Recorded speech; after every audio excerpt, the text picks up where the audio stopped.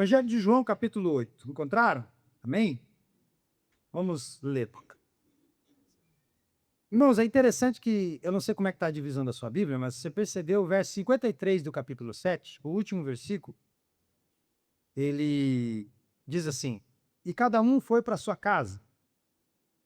Aí começa o 8, certo? Mas Jesus seguiu para o Monte das Oliveiras. De manhã cedo, ele voltou ao templo, e todo o povo foi ao seu encontro. E Jesus, sentando-se, passou a ensinar. Então os escribas e fariseus lhe trouxeram uma mulher, apanhada em adultério. Outras traduções dizem, apanhada em flagrante adultério. E pondo-a no meio de todos, disseram a Jesus, Mestre, esta mulher foi apanhada em flagrante adultério. Na lei, Moisés nos ordena que tais mulheres sejam apedrejadas. E tu, que dizes disso? Eles diziam isso para colocá-lo à prova, para terem do que o acusar. Jesus, porém, inclinando-se, começou a escrever no chão com o dedo. E cada um de nós aqui daria tudo para saber o que ele escreveu, né? Mas a gente não sabe. 7. Mas, como eles estavam insistindo em perguntar, Jesus ergueu-se e disse-lhes, quem dentre vós estiver sem pecado, seja o primeiro a atirar uma pedra nela. E, inclinando-se de novo, continuou a escrever no chão. Ao ouvirem isso, todos foram saindo, um a um, começando pelos mais velhos, e ficaram então apenas Jesus e a mulher em pé, no mesmo lugar. Levantando-se e não vendo ninguém senão a mulher, Jesus lhe perguntou, mulher, onde estão eles? Ninguém te condenou? Ela respondeu, ninguém, Senhor. Ele disse então, nem eu te condeno. Vai e não peques mais. Amém. Vamos orar, Pai? Nós te agradecemos por esse texto, por essa palavra, e pedimos a tua graça sobre nós. Que agora a Escritura abra o nosso coração, os nossos olhos, o nosso entendimento. E a gente tenha a chance de sair daqui melhor do que entrou, porque senão, possivelmente nós perdemos tempo em igreja. Mas se o nosso coração estiver aberto e o Senhor falar a ele, com certeza, a melhor decisão que tomamos nesse dia foi vir aqui. Então, que o Senhor fale conosco, é o que pedimos em nome de Jesus. Amém. Obrigado.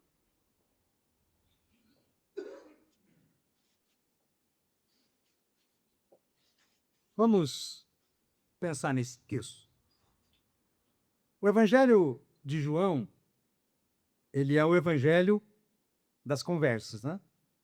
João tem pouco discurso público de Jesus e muito mais diálogos de Jesus. Você vai lembrar de Nicodemos, capítulo 3, você vai lembrar da mulher do poço de Jacó, capítulo 4. Você vai lembrar de João 5, Jesus e o paralítico do tanque de Betesda, e assim por diante. Então, é o evangelho das conversas. E aqui nós temos um relato de alguém que foi levado aí. E mais uma vez, a história termina num diálogo, numa conversa. Esse relato do capítulo 8 de João, ele se insere num momento de intensificação do conflito que o evangelista João está nos apresentando. Ele começa a nos apresentar um conflito de Jesus entre os líderes religiosos, e esse texto ele está no momento em que esse conflito está mais intenso. Então você começa no capítulo 7, durante a festa dos tabernáculos, e Jesus está no centro dos debates. Jesus está no centro das discussões acaloradas acerca de quem ele é, da sua identidade. E ali você percebe que a multidão está dividida. Alguns acreditam, alguns creem, outros ainda não, outros estão apenas curiosos, mas há uma divisão em quem está ouvindo. E os líderes religiosos, então, percebendo isso, querem se aproveitar dessa dúvida ainda, de que ele ainda não é uma unanimidade, ou de que ele nem chegaria a ser uma unanimidade, mas eles querem se aproveitar disso, certo? E aí eles pulam de uma oposição teológica, tentando discutir com Jesus lei, Antigo Testamento, pulam disso para uma clara intenção de desacreditá-lo publicamente. É como se dissesse, ó, já que não tem como ganhar dele no argumento, a gente vai tentar expô-lo publicamente. Vamos tentar fazer isso. E esse ambiente, então, do capítulo 7 é fundamental para a gente concluir que aqui não se trata de um episódio isolado, levar essa mulher até Jesus, mas se trata de uma tentativa deliberada, consciente da religião judaica, de deslegitimar Jesus. É isso que eles querem. Querem que Jesus perca o prestígio e a autoridade como mestre, porque se você acompanhou leituras, ele está no templo, sentado e ensinando. Ele não pode ser aceito como um mestre, porque ele vai contra o que a gente acredita. Então, já que não dá para ganhar dele no argumento, vamos expô-lo, vamos desacreditá-lo. Então, eles preparam uma emboscada, né? Imagina, eles pegam uma mulher em flagrante adultério. Para fazer isso, é óbvio pensar, não sei nem o texto explicar, que eles já estavam de tocaia nessa mulher. E eles veem nessa mulher exatamente o que eles precisam. Como que a gente faz para desacreditar Jesus? Aí alguém diz, lembra da fulana? Que trai o marido? Lembra. Então, eu sei onde mora o amante ou um dos homens. E eu sei que ela vai lá. Vamos ficar de tocaia e a hora que ela entrar, a gente pega ela no ato? Você imagina, não é nenhuma preocupação com a mulher. A ideia é expor Jesus, não é nem expor ela. Porque se ela não tem problema de ir em algum lugar e cometer o que está cometendo, ela já está exposta, todo mundo sabe, é fácil encontrar, é fácil achar. É fácil achar até o endereço onde ela está cometendo o pecado. Vamos pegar ela em flagrante e vamos levar até ele. Certo? Essa é a ideia deles. Mas antes de mais nada, a gente precisa reconhecer uma coisa aqui.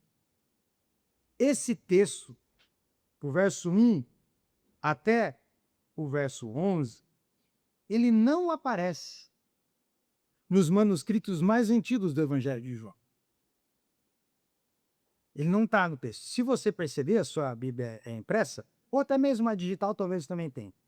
Você vai ver que o capítulo 53 do 7, que eu falei, todos foram para sua casa, começam colchetes, e no final do 11 tem outro colchetes. Toda vez que você encontra isso na Bíblia é porque esse trecho, esse manuscrito não aparece nos melhores antigos manuscritos, nos mais antigos e, podemos até dizer, no original. Apesar que o original ninguém conhece. Ninguém conhece cópia da cópia, né?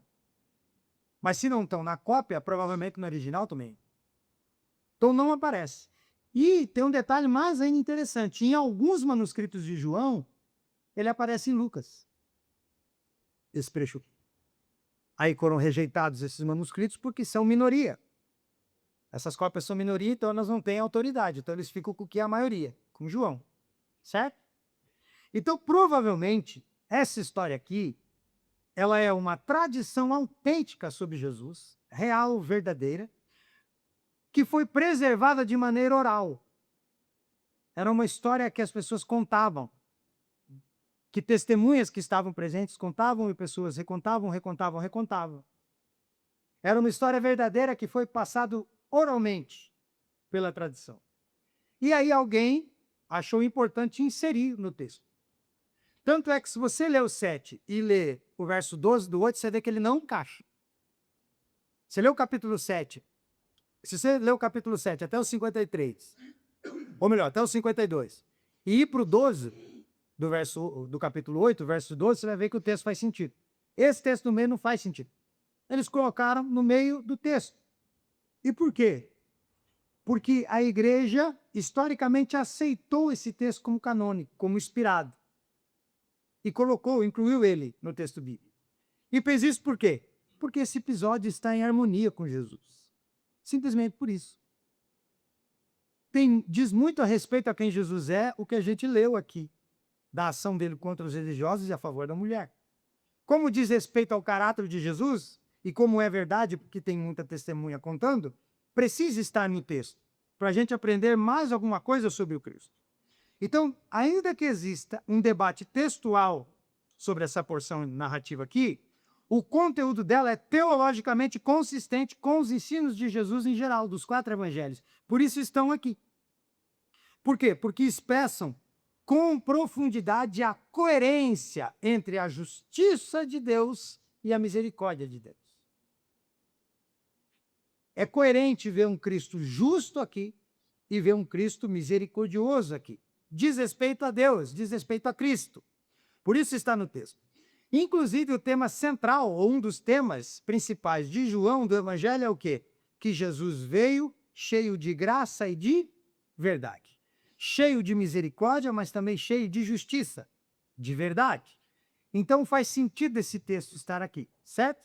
A gente precisa entender isso. E essa cena, ela ocorre no templo, o local de culto do povo. Esse local em que Jesus está, o templo, mais especificamente o espaço onde ele está, é um espaço de autoridade de ensino, por isso ele está lá, sentado. É um lugar onde as pessoas se reúnem para aprender, e onde quem fala, fala porque tem autoridade para falar. E Jesus está sentado, o que é uma postura típica de um mestre, ensinando, instruindo o povo. E é nesse ambiente formal, dentro do templo, que esses escribas e fariseus interrompem o ensino de Jesus. Mas interrompem não por um zelo pedagógico, como quem diz, calma, você está falando besteira. Esse argumento seu está errado, nós vamos debater. Eles não interrompem com zelo pedagógico para querer interpelar e para querer discutir com Jesus teologia. Mas eles interrompem por estratégia. Escolhem esse momento em que Jesus está no templo, ensinando, exposto. É esse o momento. E trazem a mulher, que eles haviam pego em flagrante adultério. Ou seja, não tem como dizer que não é ela, não tem como dizer que ela não faz isso. Nós pegamos ela no ato. Trazem essa mulher. E essa expressão apanhada em flagrante adultério, ela indica uma evidência do que eles querem. E aí a pergunta já vem logo em seguida. Senhor, essa mulher foi pega em ato flagrante de adultério. A lei de Moisés manda que nós a apedrejemos. Quando dá a lei, não tem mais nada a ser acrescentado. Se a lei manda, né? Você chega para o guarda e diz, guarda, eu estava acima do permitido de velocidade, mas ele vai olhar e vai dizer, tudo que você disser agora não vai fazer nenhum sentido. Não tem mais. Quando você confirma que está acima do permitido, o mais acabou. Por quê? Porque existe uma regra. Não diz ande a 60, a não ser que. Não é isso que está na lei, não é? Então, quando eles dizem isso, acabou a conversa. A lei de Moisés manda que ela seja apedrejada. Aí eles perguntam, e tu, que dizes? É como quem dissesse, a gente sabe que o senhor gosta de quebrar regra, então dá a tua versão aí, a tua interpretação dessa regra. É o que eles querem. E na cabeça deles pegamos. Temos ele onde queremos. Né? E essa pergunta, e tu que dizes, ela carrega um peso muito mais profundo do que aparente. Porque o próprio texto diz, trata-se de uma tentativa de colocar Jesus diante de um dilema sem solução. Por quê? Porque se Jesus confirma o apedrejamento, diz, a lei diz isso, então o que vocês estão esperando? Por que trouxeram ela aqui? Se Jesus diz isso, Jesus iria se alinhar à interpretação rigorosa da lei mosaica e ia comprometer a sua reputação, porque ele não é aquele que tem misericórdia, que cura e que abraça e que diz que veio para todos. Se Jesus diz façam, ele perde o prestígio do que ele vinha fazendo e perde seguidores, porque eles iam dizer, é só mais um, enganou nós. É só mais um como o Anás, Caifás e como todos os outros. Então, se Jesus diz isso, ele perde toda a sua missão e todo o seu discurso, toda a sua pregação, e toda a verdade do evangelho passa a ser relativa, então. Aí Jesus tem preferidos, que ele protege, e outros não. Entende? Então, essa é a ideia. Se ele diz sim, acontece isso. Se ele diz não, e diz não pode apedrejar simplesmente por dizer, ele é acusado de invalidar a lei. Aí quem é apedrejado é ele. Ele é acusado de dizer que Moisés escreveu a lei e que a lei não é de Deus. E que Moisés não sabia o que dizia. Jesus iria ser condenado como um falso profeta se ele diz não façam isso, porque a lei de Moisés manda, há uma regra. Então, aparentemente, Jesus não tem uma saída sem perda. Qualquer caminho que ele tome, ele vai perder. Certo? Por isso eles dizem, o pregamos. Agora ele está na nossa mão. Agora o povo deixa de segui-lo e de ouvi-lo. Mas Jesus tem aqui um comportamento que rompe a expectativa do confronto. Eu não sei se já aconteceu com você. Você dizer assim, hoje eu resolvo esse problema. E você vai todo para resolver um problema que você sabe que vai acabar numa discussão, você tem que resolver. Você diz, mas eu tenho que passar por isso hoje ou nós vamos brigar. E se chega lá e a pessoa te quebra, ela evita o confronto, você está pulsando sangue por tudo quanto é lado, um punho cerrado e pronto para resolver aquilo, nem que seja às vezes de fato, e a pessoa não dá nem uma bola para sua indignação. Aí você fica mais indignado ainda, porque a pessoa simplesmente ignora toda a sua raiva. É o que Jesus faz. Jesus acaba com a expectativa do confronto direto. Em vez de responder de imediato, Jesus se inclina e começa a escrever no chão. Jesus se agacha e começa a escrever. Está todo mundo ali esperando, na expectativa, e ele não responde à expectativa. O texto não revela o que está escrito no chão. Eu já vi muita gente tentando adivinhar isso, dizendo não sei do que, não sei do que, não sei do que lá, usando até textos de Jeremias, né? Que tem um texto, acho que Jeremias 17, que fala alguma coisa a respeito, como se fosse uma profecia de Jeremias sobre isso aqui. Nada disso faz sentido. Você nunca acredite de alguém que diga, eu sei que Jesus está escrevendo no chão. Ninguém sabe. Mas ele está ali. O conteúdo não é para nós. Mas o que ele faz é intencional. O foco aqui não é no que ele escreveu, mas no gesto dele. Esse silêncio de Jesus, um silêncio ativo, parece que cumpre algumas funções importantes aqui na narrativa. Por quê? Porque primeiro ele desarma a pressa acusatória dos outros. Primeiro ele desarma os outros daquela pressa de uma resposta para poder condená-lo. E depois, quando ele faz isso, ele se recusa a entrar no jogo da manipulação deles. Então ele se agacha e diz, vocês estão nervosos? Parece que vocês estão bravos. Aconteceu alguma coisa, vocês estão tão bravos assim. Então Jesus acalma todo aquele clima. E essa pausa que ele faz, desloca então o centro da discussão, desloca tudo o que está acontecendo de uma interpretação abstrata da lei que eles estão tendo para um confronto com a consciência pessoal de cada um. Jesus tira da discussão da lei a respeito se a mulher deve ou não ser apedrejada e coloca a discussão na consciência de cada um. Diante dessa insistência, Jesus, então, faz uma afirmação que não rejeita a lei de Moisés, porque a lei não pode ser rejeitada, mas aprofunda a lei. Ele diz, tudo bem, o que a lei diz? Que ela deve ser apedrejada? Então a lei diz. Contudo, só vai poder atirar uma pedra aquele que não tem pecado. Vocês querem seguir a lei? Então vamos seguir a lei. Tem que haver justiça na regra da lei, mas tem que haver justiça em quem aplica a lei também. Então só quem passa no crivo da lei que está usando contra ela, pode dar a pedrada. Hoje a gente chamaria isso de quê? Lugar de fala. Só quem tem lugar de fala aí. Quem tem lugar de fala? É esse que vai dar a pedrada. É isso que Jesus está dizendo. Ele está aprofundando a própria lei. Essa declaração de Jesus não é à toa. Ela ecoa Deuteronômio capítulo 17, verso 7, onde diz que as testemunhas deveriam iniciar a execução de um apedrejamento. Não é quem está passando e diz, estão apedrejando alguém, eu vou catar uma aqui e vou lá. Não, é quem testemunhou. Esses devem começar a execução. Isso diz na lei. No entanto, Jesus acrescenta um critério a isso. Não é só ter testemunhado de maneira legal o que ela fez, de uma maneira da lei, mas também de maneira moral. Tem que ter enxergado o ato dela com uma moral mais elevada do que a dela.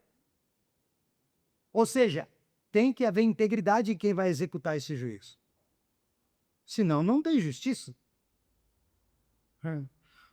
O que Cristo estava tratando aqui, o que eles estavam tratando aqui como um caso jurídico externo, torna-se, nas mãos de Jesus, uma exposição interna da consciência. É como se Jesus pegasse a consciência deles e botasse para o lado de fora, para todo mundo ver. A da mulher vocês já pegaram, está aqui. Agora deixa eu expor a de vocês. Aí ele pega o coração deles e bota para o lado de fora do peito e diz para todo mundo ver que é tão escuro, tão em trevas, quanto belo. Ele expõe tudo. O caso jurídico externo torna-se uma exposição interna de consciência. E, nesse momento, o tribunal ali se transforma. Os acusadores deixam de ser juízes seguros e passam a ser pessoas confrontadas pelo seu próprio pecado, que não é da mesma natureza do da mulher, mas que existe como pecado igual. Percebe? E o que eu queria falar com você nessa manhã? Exatamente sobre o que esse texto mostra para nós no que diz respeito à lei, àqueles que aplicam a lei e ao Cristo. E o tema que eu propus é pedras mudas caídas ao chão. Pedras mudas caídas ao chão. As pedras mudas caídas ao chão revelam o que primeiro? Revelam a religiosidade que acusa.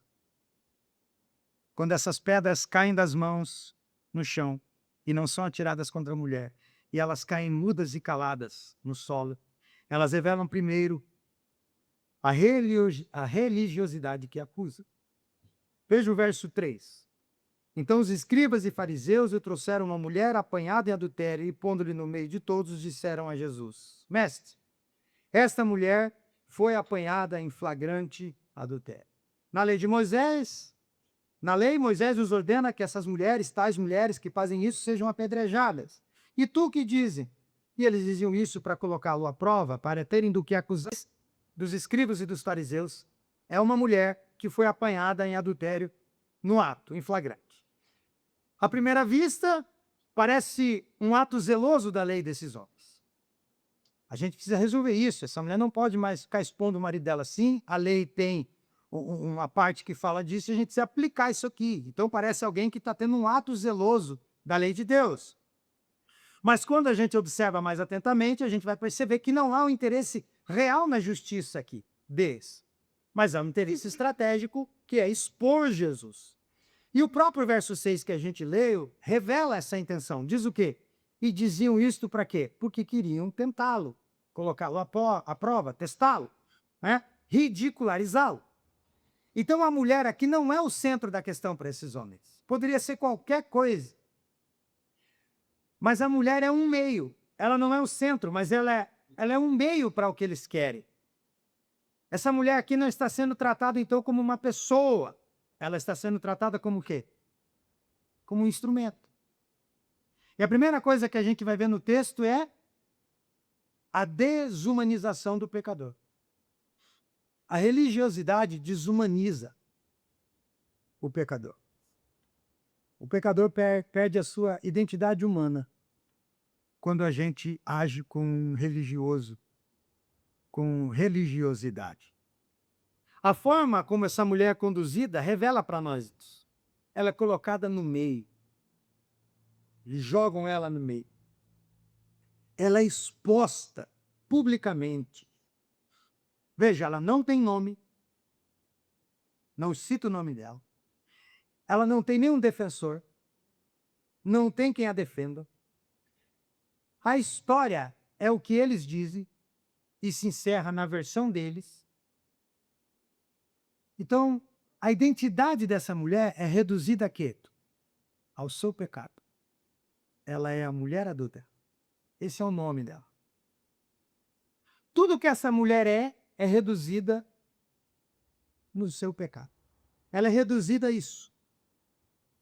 A religiosidade, que se manifesta sempre desconectada de Deus, perde a capacidade de ver pessoas e passa a ver apenas erros. E por que eu digo religiosidade? Eu preciso explicar isso aqui e eu não quero tomar tempo, porque isso aqui é um tema para só falar disso numa aula. Gente, Jesus não veio fundar religião. O que a gente faz aqui não é religião. Gente, claro que o cristianismo é uma religião. E claro que Jesus fundou uma religião que é o cristianismo, ele é o cabeça disso. Então, quando a gente quer dizer isso, que eu não tenho religião, eu sou crente, Jesus não fundou religião, eu não sou isso, né? A gente está usando só o termo errado, porque religião é. O problema não é a religião, o problema é o que nós fazemos dela. Diz Paulo em Romanos 7, a lei é santa, justa e boa. O problema sou eu, que não sou santo, justo e bom. Então eu pego o que é santo, justo e bom, que é a lei, e faço da lei aquilo que eu quero. Então eu profano o que é santo, justo e bom. Mas aquilo permanece santo, justo e bom à vista de Deus, porque é a lei de Deus. O problema sou eu. Então a religião não é um problema. O problema é o que a gente faz dela. Então qual é o problema do ser humano? É a religiosidade. Porque a gente pega uma coisa que é boa e transforma numa coisa ruim. A gente pega uma coisa que é santa, uma coisa que é verdadeira e que é justa, e torce ao nosso favor. E se torna o dono, ou pelo menos pensa ser o dono dela. Então o problema não é a religião. Nós temos uma religião. Se você vem aqui todo domingo e faz o seu programa, incluindo as nossas reuniões, você é um religioso em certo sentido. Contudo, você é um servo daquilo que você acredita. Você não é proprietário daquilo que te pregaram. Porque se você se tornar dono da mensagem, você pegou o que é bom e transformou numa coisa ruim. E aí você usou de religiosidade. Então, o que acaba com isso é como a gente pega o que é bom e torce para nós, para o nosso benefício. Então, a religiosidade sempre vai se manifestar desconectada de Deus. Por quê? Porque a religiosidade é a manifestação de alguém que pegou o que é bom e tornou aquilo em algo seu. E aí colocou a sua mão e contaminou aquilo.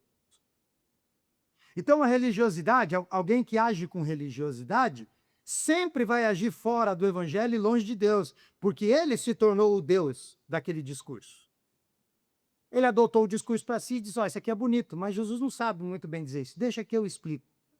Deixa que eu defino. Então a religiosidade desconecta-se de Deus. E feito isso, o que acontece?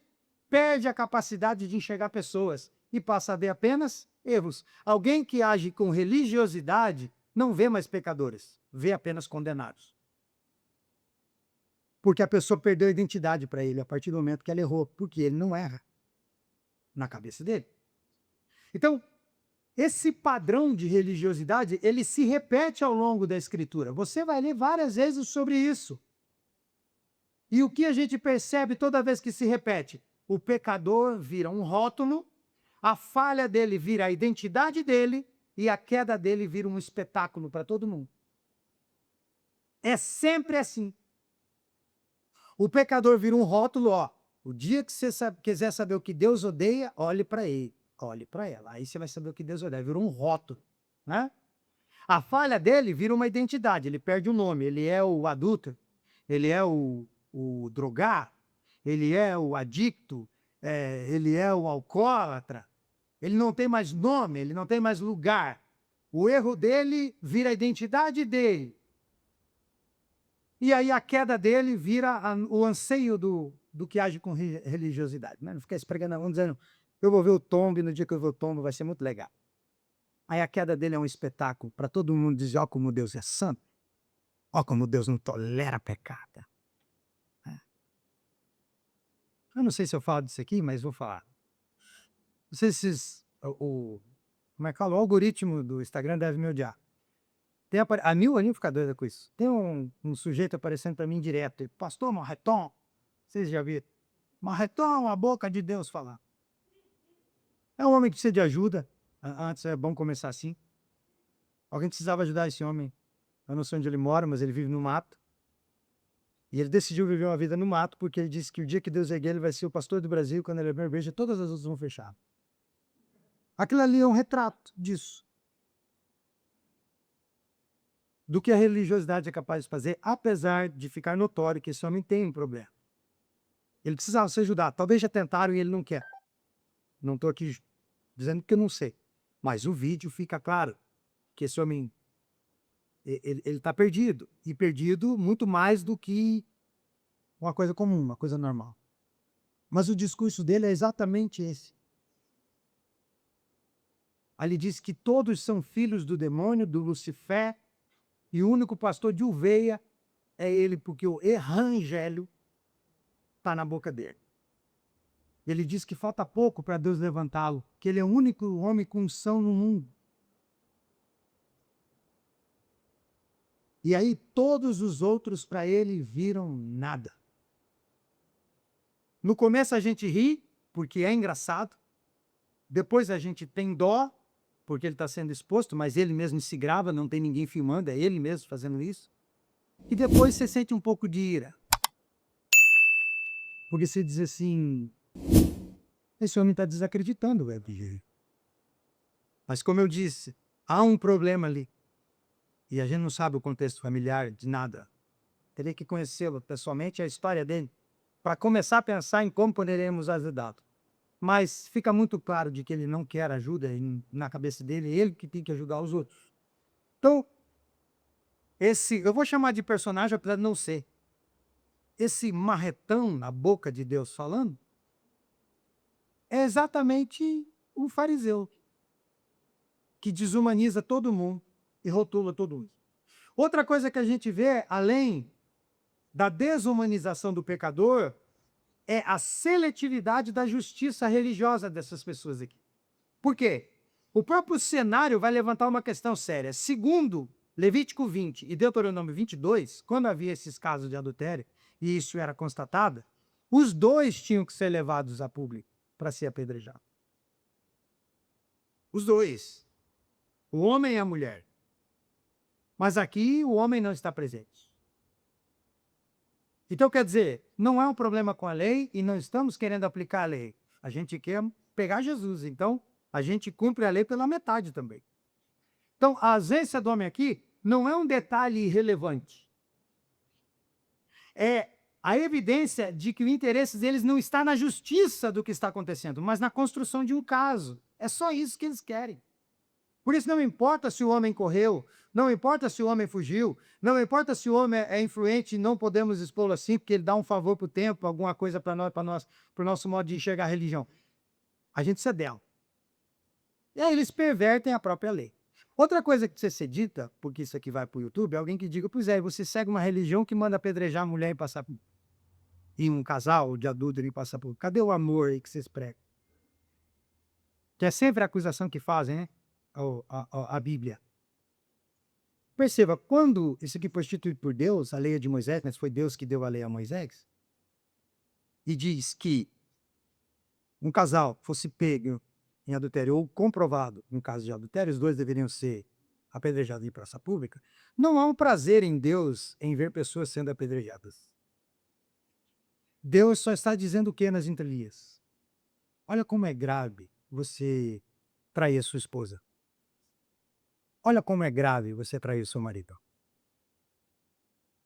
Deus não tem prazer que pessoas sejam apedrejadas. Deus diz isso porque está ensinando gente ruim igual nós, que só aprende assim. Deus não tem prazer que pessoas morram em praça pública. Deus diz, vocês são tão ruins que o único jeito que vocês têm para entender a gravidade do que vocês fazem é eu dando um castigo desse tamanho, que você vai dizer o quê? Eu nunca quero morrer assim, então vem cá, mãe, fica do meu lado. Tapa o meu olho aqui e me ajuda a ficar só dentro de você. E a mulher diz o mesmo. Se não é só pelo amor entre os dois, que seja pelo menos pelo medo de algum castigo. Não é? Já disse isso aqui inúmeras vezes. Se todos nós soubéssemos dirigir no trânsito, precisava de lei de trânsito. Não ia precisar. Por que precisa? Que precisa de multa? Porque a gente só aprende quando dói no bolso. Se não tiver uma regra, a gente diz, vou fazer do meu jeito. Entende? Então não tem prazer de Deus aqui em mulher apedrejada. Tem Deus dizendo, olha o tamanho da culpa de vocês. Tem um Deus dizendo assim, olha, é tão grave adulterar que eu vou estipular isso aqui para vocês nunca fazer. Por exemplo, tem uma outra regra de Levítico que diz assim, uma criança que estiver correndo num ambiente cheio de gente e trombar no idoso, numa mulher grávida, e derrubar, o pai já paga uma multa. Se o idoso, a mulher grávida, morrer ou perder o bebê, essa criança é colocada no meio, todo mundo é apedrejado. Ele diz, ó, Deus manda matar a criança. Não, Deus está dizendo, pai, segura essa criança pela mão, faz favor. É isso que Deus está dizendo. Cria seu filho direito. Não dê a ele liberdade que ele não pode ter. É Deus dizendo, é tão grave que você dizia, não vou perder meu filho apedrejado. Cuidava no punho dele igual eu fazia com o Alex e com a Gabi, bem firme aqui, apertava e dizia, daqui você não sai. E eles ficavam do meu lado. Porque tinha uma rua movimentada, porque tinha um monte de gente, ou porque eles estavam correndo muito no ambiente que não era para correr. A ideia nunca é a criança apedrejada, a mulher apedrejada. A ideia sempre é, prestem atenção. A ideia é, parem de errar. Sempre é isso. Então, aqui a mulher apedrejada para eles perdeu até esse sentido. Aqui é o prazer de vê-la apedrejada. Por quê? Porque ela perdeu a identidade, como eu disse. Então, desde o início, o episódio revela uma justiça seletiva desses senhores aqui, desses seres humanos. E essa justiça seletiva é moldada para cumprir um propósito maior. E qual? Testar Jesus, desacreditar Jesus. Então, apenas a mulher aparece, e isso revela, então, algo profundo nesse julgamento. Eles não têm ignorância sobre a lei, eles sabem que tinha que os dois, mas eles querem manipular a lei de maneira consciente, não precisa ser os dois, a gente só precisa dela. Então, a religiosidade, mais uma vez, acusadora, não busca justiça, nunca busca justiça, mas busca conveniência moral, quando escolhe expor um e quando escolhe encobrir o outro. Veja, eles não estão preocupados com a justiça. E quem age com religiosidade, quando quer alguma coisa porque diz que está escrito, porque é assim que é, ele não está preocupado com a justiça. Ele está preocupado com a moral dele elevada. Nós vamos fazer valer essa regra para mostrar quem manda. Aí se diz, a regra é boa, mas calma. Ele diz, não tem calma. Aqui é seletivo. Eles tinham transformado a lei em uma ferramenta de controle, e não na expressão da santidade de Deus, porque adulterar é errado. A lei apontava para a santidade de Deus, que não tolera isso, um adultério. Aí eles pegam isso que revela a santidade de Deus e transformam em quê? Ferramenta de controle. Imagina, quanto tempo eles sabiam do adultério dessa mulher e nunca tinham falado sobre o assunto, porque esperaram na hora certa. Esse erro dessa mulher vai ser bom para nós. Então deixa ela fazendo, acumulando. Não há aqui nenhum tipo de vontade de arrumar alguma coisa. Nenhum. Outra coisa que a gente percebe é como eles usam a verdade de Deus sem a graça de Deus. Tem algo mais sutil aqui. O pecado da mulher é real. Não dá para passar pano aqui. dela e do homem que não foi exposto. O pecado dos dois é real. Não tem como a gente diminuir o que eles fizeram. E isso torna a situação mais perigosa. Por quê? Porque a religiosidade acusadora frequentemente se apoia em fatos verdadeiros para agir com religiosidade. Mas usa os fatos verdadeiros de forma distorcida. Quem age com religiosidade sempre vai ter o argumento bom. Porque o que ele está querendo colocar em questão é a verdade. Não está escrito assim? A Bíblia não diz assim? Só que ele pega essa verdade e distorce para ele. Então, ele usa da verdade, mas sem graça. Sem a graça de Deus. Em outras palavras, a acusação aqui é correta, mas o espírito é corrupto. A acusação é correta da mulher, mas o espírito deles é corrupto. Eles têm razão no conteúdo, mas erram na intenção. Erram quando aplicam o conteúdo. E isso cria uma das formas mais perigosas de justiça humana. Quando a verdade é usada sem misericórdia e sem a graça de Deus. A lei, que segundo as Escrituras é santa, justa e boa, como eu disse, é aqui transformada em um instrumento de condenação fria e calculista. Você deve conhecer pessoas que usam da verdade só quando é conveniente. E aí você olha para ela e diz, puxa vida, ele está com a verdade, mas ele está sem amor. Né? Usar da verdade sem amor. É isso que eles estão fazendo. E o que a gente vê ainda nessa parte do texto são as pedras como um símbolo teológico aqui. As pedras que eles têm nas mãos, esperando a resposta de Jesus para começar, revelam um símbolo teológico. Essas pedras não são apenas objetos físicos nas mãos desses homens, são símbolos espirituais de superioridade. Toda vez que alguém te taca uma pedra, toda vez que você tacar uma pedra em alguém, é isso que você está querendo dizer nas entrelinhas, eu sou melhor do que tu. Ou o outro está querendo dizer a você. Símbolos espirituais. E representam o quê? Juízo sem misericórdia. Não, é o certo pelo certo. Não tem espaço para mais nada. Revelam o quê? Representam o quê essas pedras? Condenação sem compaixão. A condenação é o prazer. A compaixão fica para quem a gente ama. Revelam o quê? Verdade de Deus sem a graça de Deus. Revelam o que mais? Ortodoxia sem amor. Ortodoxos, firmes, fundamentalistas, secos e ocos porque não tem amor. Só tem regra e lei, religiosidade. As pedras aqui deixam de ser um instrumento da justiça divina para apedrejar quem pecou e passam a ser a expressão da dureza do coração humano só. Percebe? Pedras mudas caídas ao chão. Primeiro revelam a religiosidade que acusa, na desumanização do pecador, na seletividade da justiça religiosa, no uso da verdade sem graça e nas pedras nas mãos com um símbolo de superioridade teológica. Pedras mudas caídas ao chão revelam isso. Como a religiosidade acusa. Mas também, as pedras mudas caídas ao chão revelam outra coisa. Revelam a misericórdia de quem perdoa. Verso 7. Mas, como insistissem em perguntar, Jesus ergueu-se e disse isso. Quem de vós estiver sem pecado, seja o primeiro a tirar uma pedra nessa mulher. E, inclinando-se de novo, continuou a escrever no chão. Ao ouvirem isso, foram todos saindo, um a um, começando pelos mais velhos.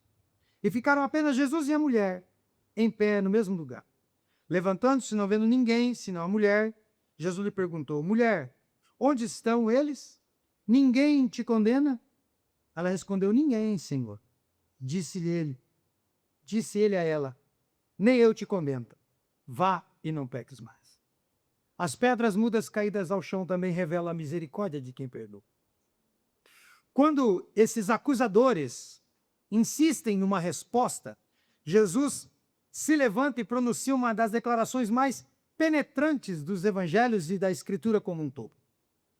Aquele que dentre vocês não tem pecado, que estiver sem pecado, seja o primeiro a tirar a pedra. E essa resposta de Jesus não é evasiva.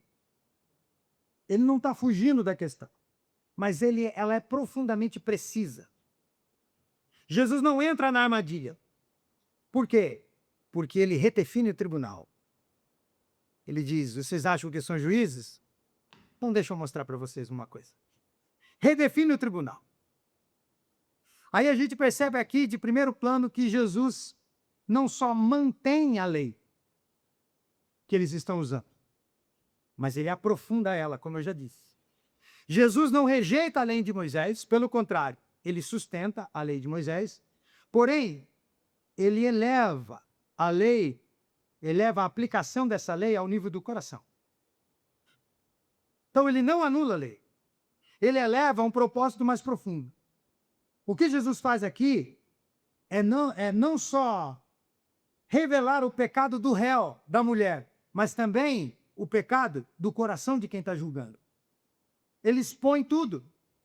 Ele expõe a condição do julgador. Ou seja, não basta conhecer a lei, é necessário estar em conformidade com ela. Não basta conhecer a lei de Deus, tem que andar conforme a lei. Aqui, a lei então passa ou deixa de ser apenas um código externo e passa a ser um espelho interno. E esse era o propósito da lei sempre.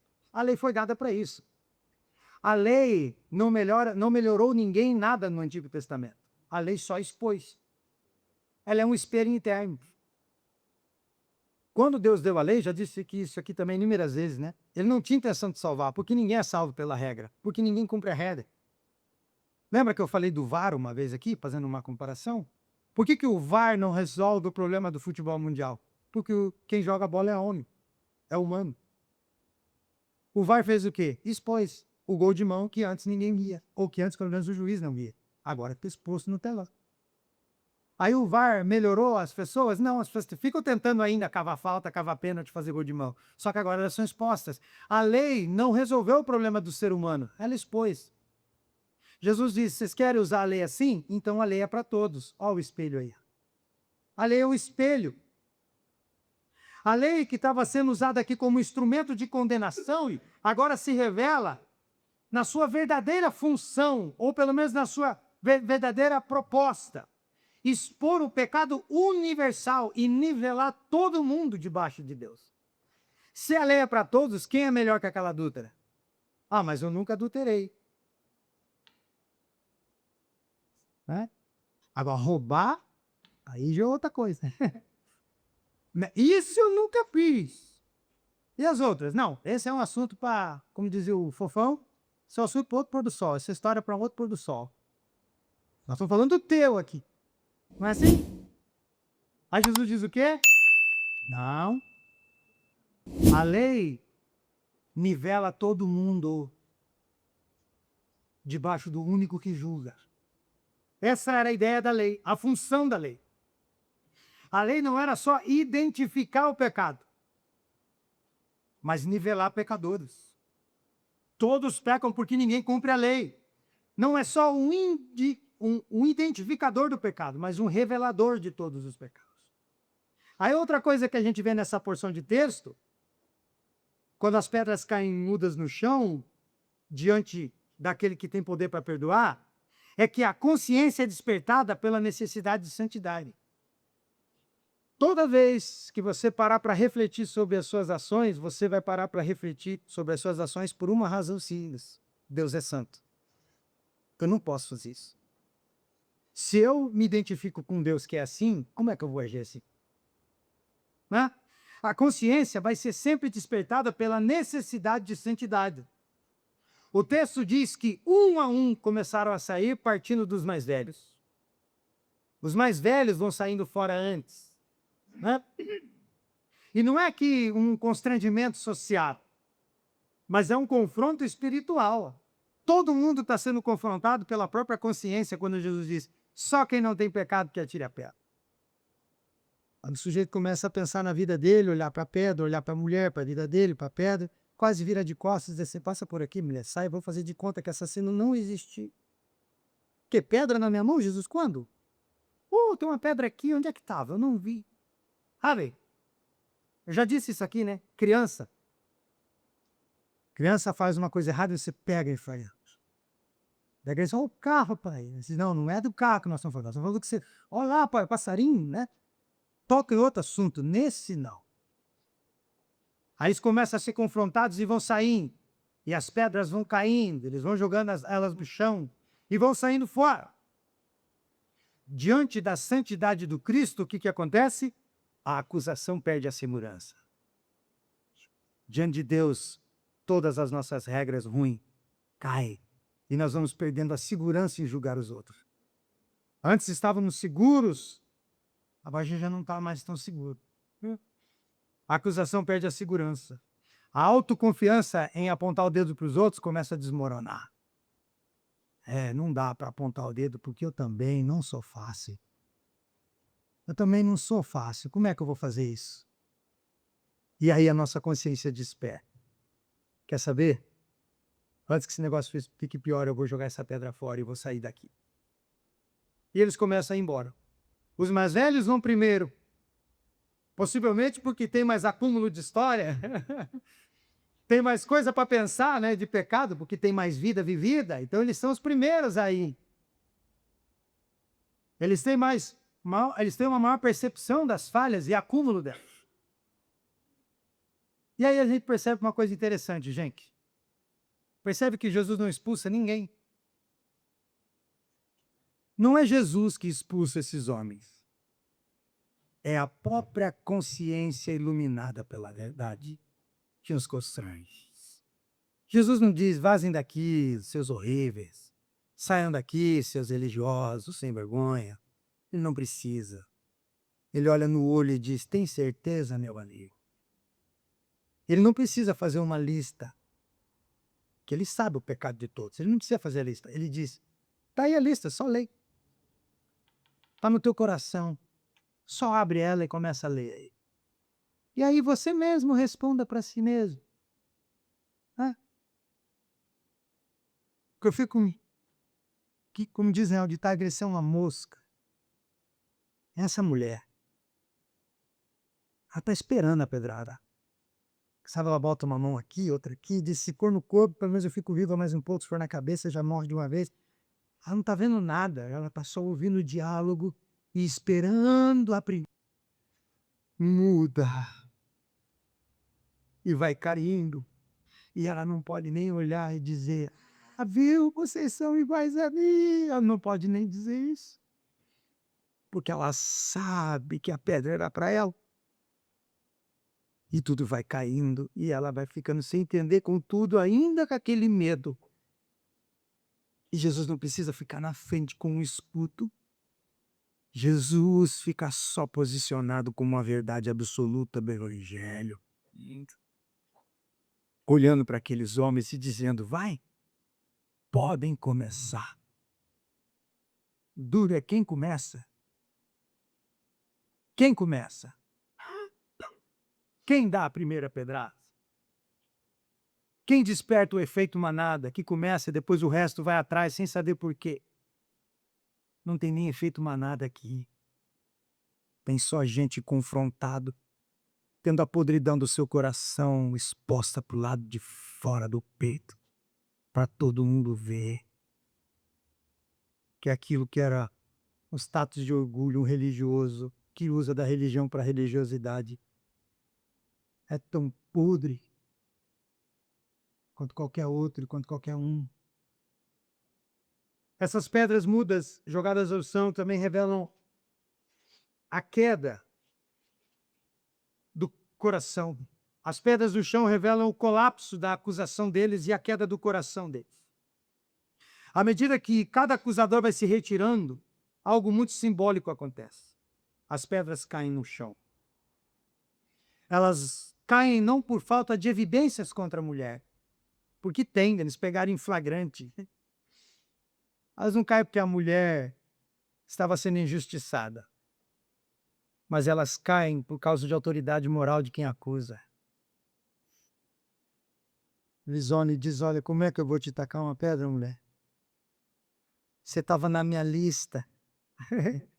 Da semana que vem eu ia te fazer uma proposta, porque eu sei que você trai marido, então você também ia ver comigo. Como é que eu vou te tacar uma pedra? Isso vai revelar para nós uma verdade muito profunda. Por mais que o pecado exista, toda acusação que ignora a própria condição se torna inconsistente e perde a sua legitimidade.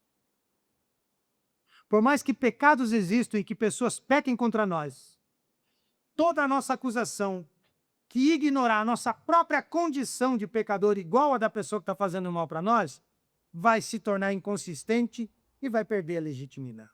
Mas, pastor, você não sabe, eles fizeram isso contra mim. Se você ignorar que você é capaz ou que já fez aquilo contra outro, tua acusação ruiu. Acabou. As pedras caem aqui porque não conseguem se sustentar diante do peso da verdade completa. As pedras caem porque não resistem à luz daquele que revela todos igualmente culpados. As pedras caem porque estão diante de Jesus Cristo. As pedras caem mudas no chão porque não suportam a misericórdia daquele que pode condenar. Qual era o único que poderia dar uma pedrada dessa mulher? Quem ali não tinha nenhum erro? Jesus. Ele era o único. Se fizesse, estava dentro da lei, no espírito da lei. Perfeito. Mas a misericórdia dele faz a pedra cair muda no chão. Jesus não tem pedra na mão, ele escreve no chão com ele. E aí a gente tem ainda no texto, nessa porção, o verdadeiro encontro. O texto diz que ficaram só Jesus e a mulher. Todo mundo saiu. E a transição é teologicamente rica. Antes, exposição pública. Agora, encontro pessoal. Antes ela é exposta publicamente para sua vergonha e para sua possível morte. Agora ela tem um encontro pessoal com a vida. A religiosidade expõe em praça pública, assassina a tua reputação. Cristo trata com a gente no encontro, a sós. Não nos expõe. Quando a multidão desaparece, fica só ele e a mulher. Por quê? Porque o evangelho não age na lógica do espetáculo, mas no abraço da restauração. O evangelho nunca vai te expor. Alguém diz assim, ó, eu só estou falando isso de você para todo mundo, porque é o evangelho, a igreja precisa saber do teu erro. Já vi isso inúmeras vezes. Expor o pecador na frente, no culto, chorando na frente de todo mundo. Mas, irmãos, vamos ter misericórdia, vamos orar por ele. Depois de acabar com ele, a gente dá para ele uma oração. Né? O evangelho não age na lógica do espetáculo. O evangelho age no abraço. Veja, não tem mais plateia. Não há mais acusadores. Existe apenas um pecador e um salvador. É só a mulher e Jesus. E sempre será assim. Sempre será só você e ele, eu e ele. Sempre seremos nós quando é para tratar com o nosso pecado. É sempre um salvador e nós com o nosso eu. Aí Jesus pergunta, mulher, cadê todo mundo? Só vejo pedras no chão. Cadê os teus acusadores? Eu não acredito que ninguém teve a coragem de tacar uma pedra, né? Você é adúltera, ora. Como assim a lei de Moisés? Nada disso. Como assim a lei de Moisés não foi cumprida? E ele pega uma pedra e pá, não tem isso. Tem cadê? Cadê os apedrejadores? E ela quase responde, Senhor, só vejo pedras mudas caídas no chão. Todo mundo foi embora porque todo mundo é pecador. Ninguém te condenou? Ela diz, ninguém. Ele diz, então, eu não te condeno. O único que poderia dar a pedrada diz, eu não te condeno. E ele diz o quê? vai e não peques mais. Esse é o ponto mais profundo do texto. Jesus é o único sem pecado, o único plenamente justo, o único com autoridade legítima para condenar, e ainda assim não faz. Pedras mudas caídas no chão revelam a misericórdia de quem perdoa. E a frase possui dois movimentos aqui, inseparáveis, né? Nem eu te condeno. Remove a sentença da mulher. Vai, não peques demais. Direciona a vida da mulher.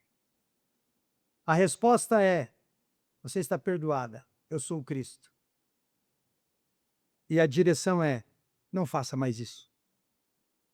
Não peques mais. E volta para a lida. Vai caminhar. Vai viver.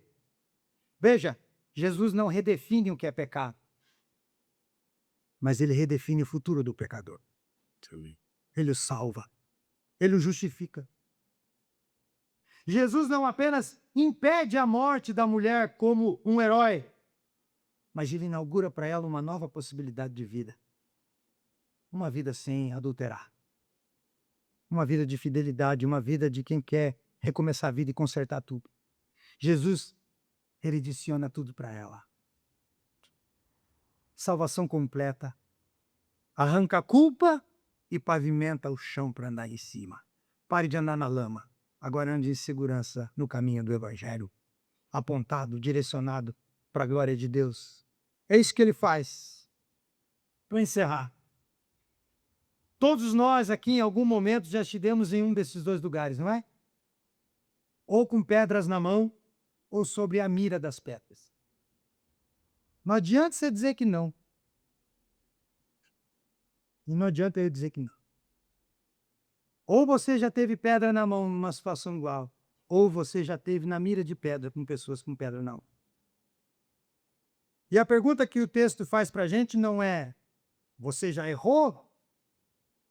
Mas é: o que você faz diante do erro dos outros?